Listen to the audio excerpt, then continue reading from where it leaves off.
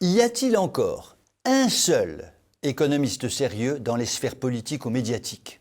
La question est sérieuse et mérite d'être posée sérieusement dans le débat surréaliste sur ce que l'on a appelé stupidement les placements des Français.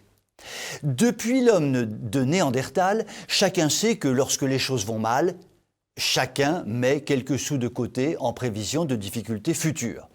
Il n'y a pas besoin d'avoir fait Polytechnique, l'ENA, Sciences Po et 25 doctorats divers et avariés pour le savoir. Je dirais même qu'il vaut mieux probablement n'avoir rien fait de tout ça pour le comprendre. Car enfin, alors que l'économie française coule, il faudrait s'étonner que les bas de laine des Français se remplissent. La bêtise des élites politico-médiatiques prend des proportions inouïes. Pour aggraver le tout, les médias incultes ou les politiques qui ne comprennent rien balancent des chiffres pour affoler alors que ces chiffres ne correspondent à rien. Vous rendez-vous compte, ma bonne dame, 100 milliards d'épargne supplémentaire des Français en 2020 et peut-être 200 milliards en 2021. Mais quel scandale, comme dirait Georges Marchais, ces centaines de milliards qui ne sont pas dépensés en produits made in China. Il va falloir les taxer. Oser penser cela n'est même plus de la stupidité. Cela traduit une absence complète de neurones dans le cerveau. Car enfin, l'épargne liquide globale des Français est de l'ordre de 3 000 milliards d'euros. Une augmentation de 100 milliards en 2020, soit 3% environ, me semble presque faible compte tenu de la situation calamiteuse de la France. Et pourtant, ces 100 ou 200 petits milliards dodus font furieusement de l'œil à notre gouvernement qui aimerait bien mettre le grappin dessus. D'où la charge furieuse du système pour culpabiliser les bons Français précautionneux. Mais là, les bons Français bien de chez nous ont fait comprendre au gouvernement qu'il ne fallait pas trop pousser Pépé et Mémé dans les orties. Et donc, Bruno Le Maire, notre bon ministre des Finances, le gentil garçon policé, la caution 16e arrondissement du gouvernement, nous a expliqué de sa voix suave et rassurante que le gouvernement n'a aucunement l'intention de taxer l'épargne des Français pour l'instant. Pour l'instant, tout est dans le pour l'instant, bien sûr. Bruno a donc désavoué l'ensemble des médias qui avaient cloué au pilori cette sorte de trésor de guerre mirifique et étincelant qu'il fallait d'urgence réinjecter sans vergogne dans une économie socialisée. Encore un peu, et on se croirait revenu au temps de la découlakisation par les communistes russes.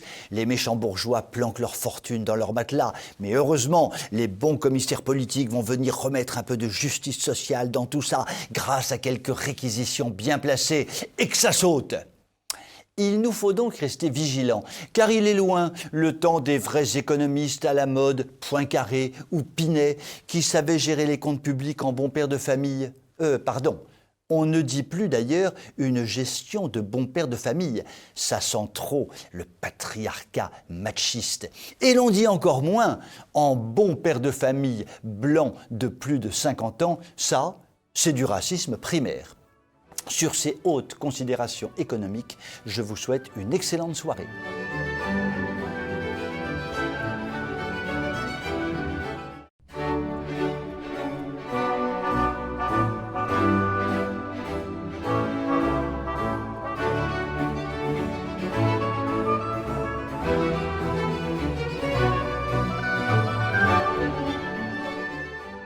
Hamlet, dis-nous tout, petit gars.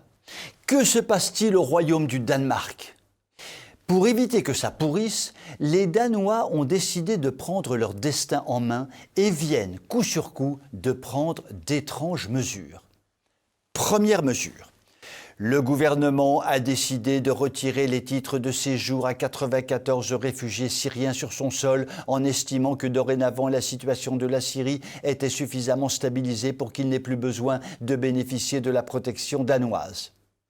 Par Odin et par Thor, ce coup de tonnerre scandinave est pour le moins inattendu. Alors, comme ça, le statut de réfugié ne serait pas éternel? L'Europe philanthropique et maçonnique n'accorderait-elle donc plus une protection illimitée aux ressortissants brimés de la planète entière venant trouver refuge sous ses ailes protectrices? Plus qu'un coup de tonnerre, un coup de théâtre. Le Danemark est le premier pays européen à procéder ainsi. Il fait preuve de bon sens en estimant qu'accorder l'asile à un réfugié est une mesure exceptionnelle qui, en tout état de cause, doit avoir un début et une fin, et que ce n'est pas un chèque en blanc pour pouvoir profiter de tous les avantages de nos sociétés occidentales sans jamais rendre de compte ni y mettre un terme. Oui, quand on est réfugié, le premier objectif doit être un jour et le plus tôt possible de pouvoir rentrer dans son pays, dans sa maison. Mais ce n'est pas tout. Seconde mesure. Les Danois, en marche sur un si bon chemin, ont récidivé et déclaré vouloir dorénavant introduire des quotas de population non occidentale dans certains quartiers pour éviter que la situation ne dégénère en de véritables ghettos, osons le mot, séparatistes. Le ministre de l'Intérieur danois, Kar Dybvad Bek, on n'a pas idée de s'appeler comme ça, il ne pourrait pas s'appeler Lochner comme tout le monde. Le ministre a ainsi expliqué qu'une proportion trop importante d'étrangers de pays non occidentaux, je cite, « augmente le risque de voir grandir une société parallèle religieuse et culturelle ». Fermez les guillemets.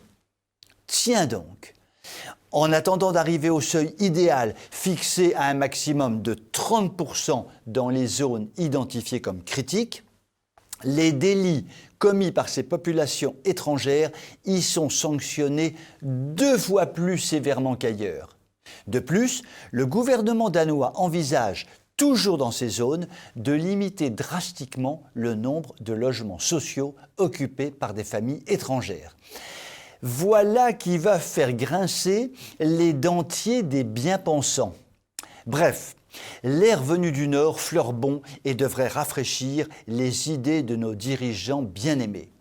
Marlène et Moussa, qui sont tous les deux dans le bateau du ministère de l'Intérieur, vont-ils s'inspirer de ces 2 mesures ? Pourquoi pas, après tout? On nous rebat les oreilles à longueur de temps des mérites du fameux modèle scandinave. M'est avis que c'est le moment ou jamais de s'en inspirer? Non. Sur ces hautes considérations, je vous souhaite une excellente soirée.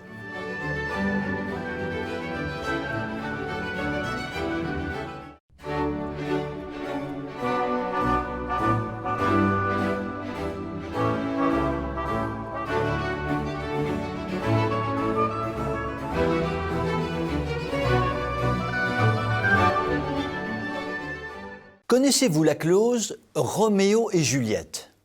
Non? C'est moche quand même, il faut vraiment tout vous apprendre.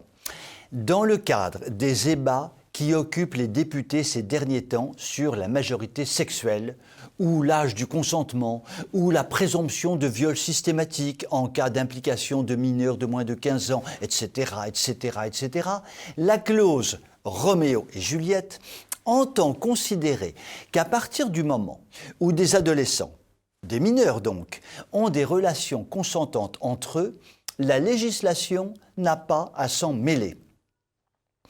Concrètement, qu'est-ce que cela signifie ? En vertu de cette clause qui fait référence au malheureux Shakespeare qui n'a rien demandé à personne, la qualification automatique de viol suggérée par la proposition de loi ne s'appliquera pas si les 2 protagonistes ont moins de 5 ans d'écart d'âge. En gros, un bel adolescent ténébreux de 17 ans, avec une ravissante demoiselle de 13 ans. Tout va pour le mieux dans le monde de la zizitrounette, ça colle Anatole, allons-y franco de porc ou de cochon pour faire plaisir aux islamistes, roulez jeunesse, tout va bien. Cette fameuse clause, qui dans les débats est passée relativement inaperçue, est bien significative. Elle est la preuve que tout le système social, juridique, politique, culturel, moral, dans lequel baigne notre société, n'a qu'un seul credo, l'hypersexualisation et le passage à l'acte dès le plus jeune âge, comme seule norme, comme seul horizon, comme seul absolu. Comment le gouvernement peut-il ensuite, par ailleurs, essayer de nous faire croire qu'il lutte contre la pornographie chez les jeunes quand il se fait l'écho de projets pareils qui reposent sur le constat tout simple que tout ou presque est permis, et cela dès que possible? C'est assez cohérent finalement avec les programmes de la très perverse éducation nationale qui, au nom d'une pseudo-éducation affective et surtout sexuelle, qui n'est qu'une incitation à toutes les perversités sexuelles, donne le mode d'emploi précis aux enfants de plus en plus jeunes pour les libérer et garantir qu'ils s'éclatent sans tabou. Ce qui revient en fait de libération à les emprisonner dans leurs pulsions primaires. Après cela, il devient quasiment impossible de mettre des garde-fous, des barrières, des normes morales et d'expliquer que non, à 12 ans, sur ces sujets, vous n'avez pas 30 ans. Mais ce n'est pas tout. Cette clause gravissime entend aussi protéger de l'intrusion des familles, ce qu'ils appellent scandaleusement les amours adolescentes. Vous les voyez venir à 15 km, nos grands pervertisseurs professionnels. Si vous, parents, vous entendez donner un cadre moral à vos adolescents en leur apprenant à réserver leur corps et leur cœur, en prenant le temps de grandir, vous pouvez être taxé d'intrusion dans la vie sexuelle de ces chers petits. La déséducation nationale s'accorde le droit d'intruser chez nos enfants sur ce qu'il y a de plus intime et de plus sacré, mais les parents n'ont aucun droit de le faire. Sur ce sujet, la déséducation nationale peut vraiment être qualifiée d'infâme. Car je rappelle qu'il s'agit ici de mineurs qui, jusqu'à nouvel ordre, sont sous l'autorité de leurs parents. Mais nous ne serons pas surpris, malheureusement. L'objectif prioritaire de ceux qui nous gouvernent a été, est et sera encore et toujours de briser la famille et l'autorité familiale au nom de la jouissance universelle la plus débridée. Il en pense quoi, Duhamel ? Sur cette question angoissante, je vous souhaite une très bonne soirée.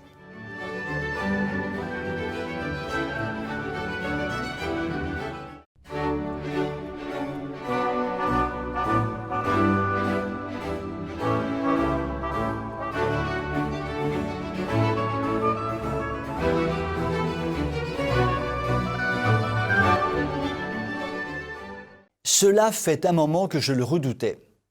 Je redoutais une prise de conscience générale. Et il a bien fallu que ça arrive un jour. De brillants esprits de gauche, toujours à la pointe des combats pour la justice et le progrès, ont fini par se rendre compte de ce scandale qui dure depuis plusieurs siècles. La musique est raciste. Enfin, entendons-nous bien, pas toutes les musiques, mais la musique occidentale seulement. Bien sûr, ne sont pas racistes la pratique du djembé au fond de l'Afrique équatoriale ou les concerts de trompettes aborigènes au fin fond de l'Australie. Ces musiques-là, elles sont belles et bonnes. Et c'est évidemment de la très grande musique. Ainsi donc, la musique occidentale est raciste, ou plus exactement, la notation musicale occidentale est raciste.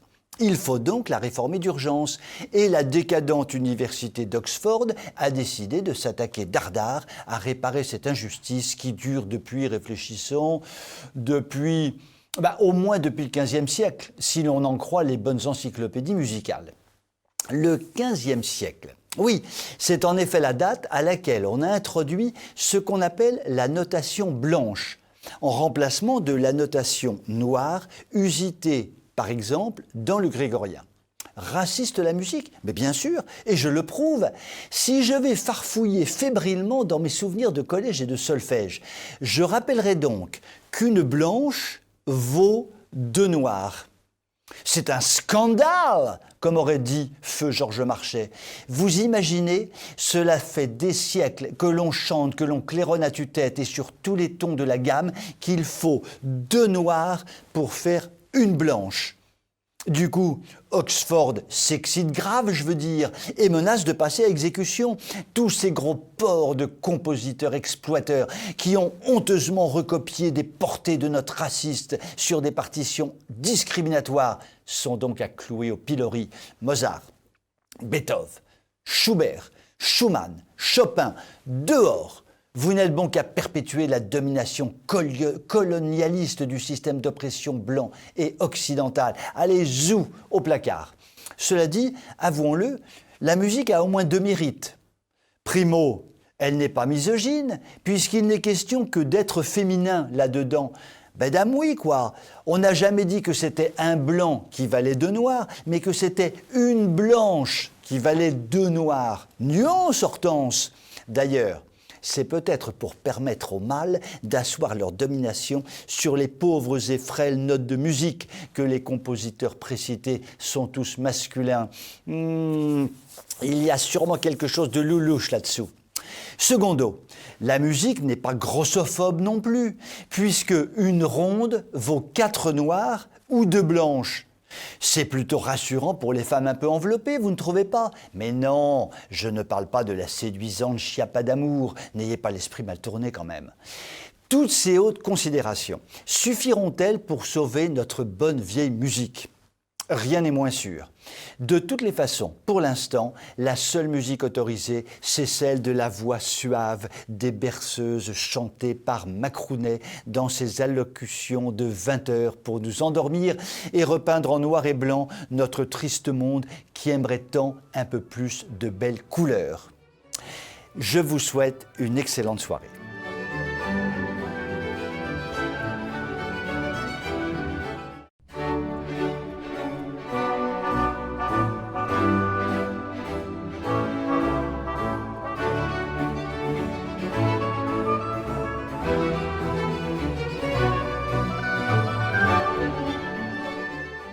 En son temps, et bien avant que démarre la Deuxième Guerre mondiale, Adolphe le Moustachu, Hitler de son nom de famille, avait tout dit. « Je ferai des conquêtes à l'Est et à l'Ouest. Je détruirai nos ennemis héréditaires anglais et français. Je raccrocherai l'Est tchécoslovaque et autrichien au Grand Reich. Je réduirai à néant les personnes de religion juive. » Tout était dit, écrit, annoncé. Dans les temps actuels, le grand Mamamouchi Erdogan, sultan de Turquie, dit tout et écrit tout. L'islam conquérant va dominer l'Europe, nous installons des communautés turques dans tous les pays d'Europe pour ce faire, nous envahissons sans chipoter les alliés de l'Europe comme Chypre et nous ferons la guerre quand bon nous semblera. Adolphe, en son temps, roula dans la farine le très stupide Chamberlain et l'on aboutit aux catastrophiques accords de Munich qui promettaient la paix perpétuelle et qui fut suivi presque immédiatement d'une effroyable guerre. L'Europe décadente, par le biais de Charles Michel, président du Conseil européen, et Ursula von der Leyen, présidente de la Commission européenne, renouvelle Munich.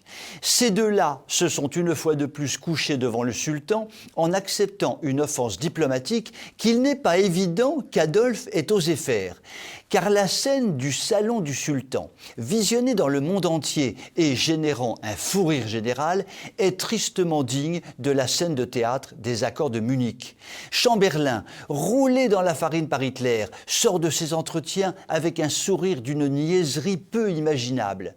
Nos deux dirigeants européens acceptent de leur côté sans broncher l'affront extraordinaire monté par le sultan, affront qui consiste à laisser au piquet, debout, la brave dirigeante quand le sultan et Charles Michel installent confortablement leur honorable derrière dans leur large fauteuil.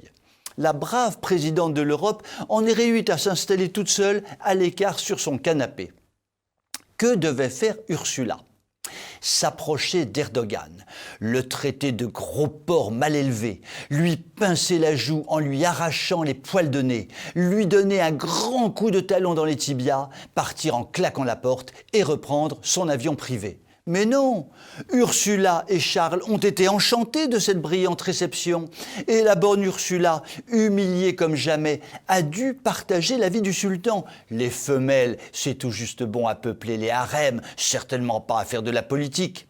Son porte-parole a d'ailleurs expliqué en termes galants qu'elle avait, je cite, « décidé de passer outre et de donner la priorité à la substance sur le protocole », fermez les guillemets. Traduction, elle a accepté de se transformer en carpette. Mais le comble du scandale, il faut bien le dire, revient quand même à Charles Michel, qui lui coche toutes les cases de la goujaterie. Qu'Erdogan provoque, passe encore, c'est son job, pour ne pas dire sa raison d'être. Mais lui, n'était-il pas censé être le garant de l'élégance occidentale? Ne pouvait-il soulever son auguste fessier et céder galamment sa place à Ursula? Voilà qui aurait eu de l'allure. Non, il préfère ne pas broncher. Triste conclusion. Le diplomate européiste ne vaut pas plus cher que le tyran oriental. Décidément, il est probable que si les accords de Munich avaient été négociés par Ursula et Charles, la catastrophe aurait été encore plus grande qu'avec Chamberlain. Avec de tels dirigeants, l'Europe n'est pas prête de remonter la pente. Sur cette conclusion, je vous souhaite un très bon week-end et je vous dis à la semaine prochaine.